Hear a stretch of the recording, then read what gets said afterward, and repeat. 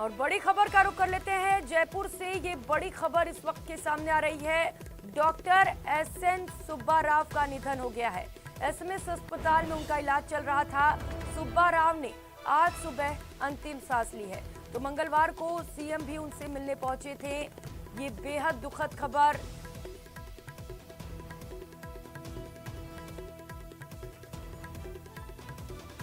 Doctor SN Subba Rao का निधन हो गया है।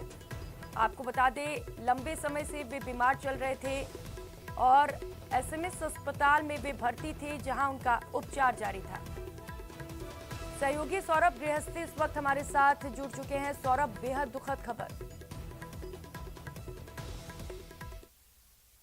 गांधीवादी विचारक डॉक्टर एसएन सुब्बा राव ने अंतिम सांस ली है। उनका एसएमएस अस्पताल में पिछले 2-3 दिनों से इलाज जो है वो चल रहा था। मुख्यमंत्री अशोक गहलोत भी 2 बार जो है वो एसएमएस अस्पताल जाकर उनका हाल जाना था। कल भी चुनावी रैलियों के तुरंत बाद जब सीएम गहलोत जयपुर पहुंचे तो सीधे ही एसएमएस अस्पताल पहुंचे थे और उनके स्वास्थ्य के हाल जाने थे। दरअसल कल उनकी तबीयत जो है वो बिगड़ गई थी, जिसके बाद सीएम गहलोत भी जब उन्हें पता चला तब एसएमएस अस्पताल पहुंचकर उनके हाल जाने, लेकिन आज सुबह उन्होंने अंतिम सांस जो है वो ली है। अब जिस प्रकार से चिकित्सकों ने बताया कि उनकी तबीयत में सुधार जो है वो नहीं हो रहा था और लगातार बिगड़ रही थी, जिसके बाद जो है वो आज उनका निधन जो है वो हो गया है।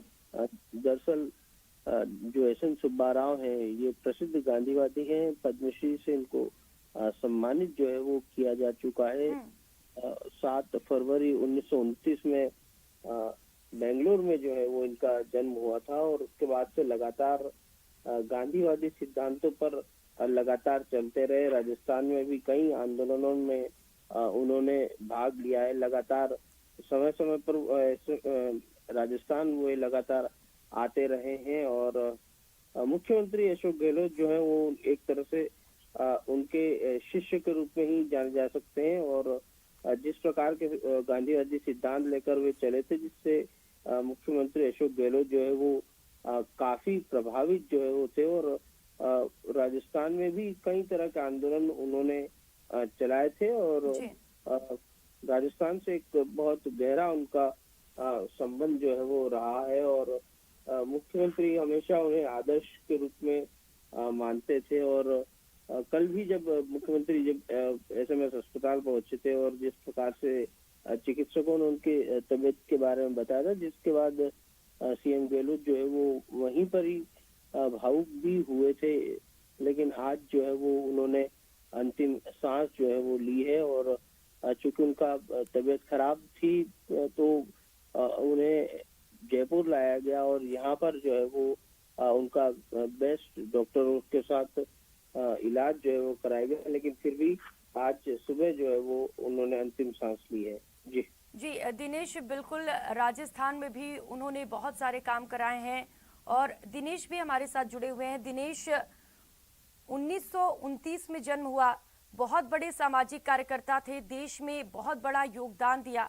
आज पूरे देश के लिए ये अपूर्णीय क्षति है। बिल्कुल, देखिए उन्हें जाना जाता है सुब्बा राव को उनके गांधीवादी विचारों के लिए। वो बचपन से ही गांधीवादी विचारों से प्रेरित रहे हैं और सीएम अशोक गहलोत जो है काफी मानते रहे हैं सुब्बा राव को और सुब्बा राव समय समय पर मार्गदर्शन करते रहे हैं और राजस्थान में लगातार आते रहे हैं और उनका निधन जो है एक अपूर्णीय क्षति है। गांधीवादी विचारों को उन्होंने आगे बढ़ाया और समाज को उन्होंने प्रेरणा दी कि गांधीवादी विचारों को आत्मसात करें। 92 साल तकरीबन उनकी उम्र थी और पिछले कई दिनों से वो बीमारी से जूझ रहे थे और पिछले दिनों की अगर बात करें तो सीएम अशोक गहलोत खुद उनसे मिलने पहुंचे 3 बार।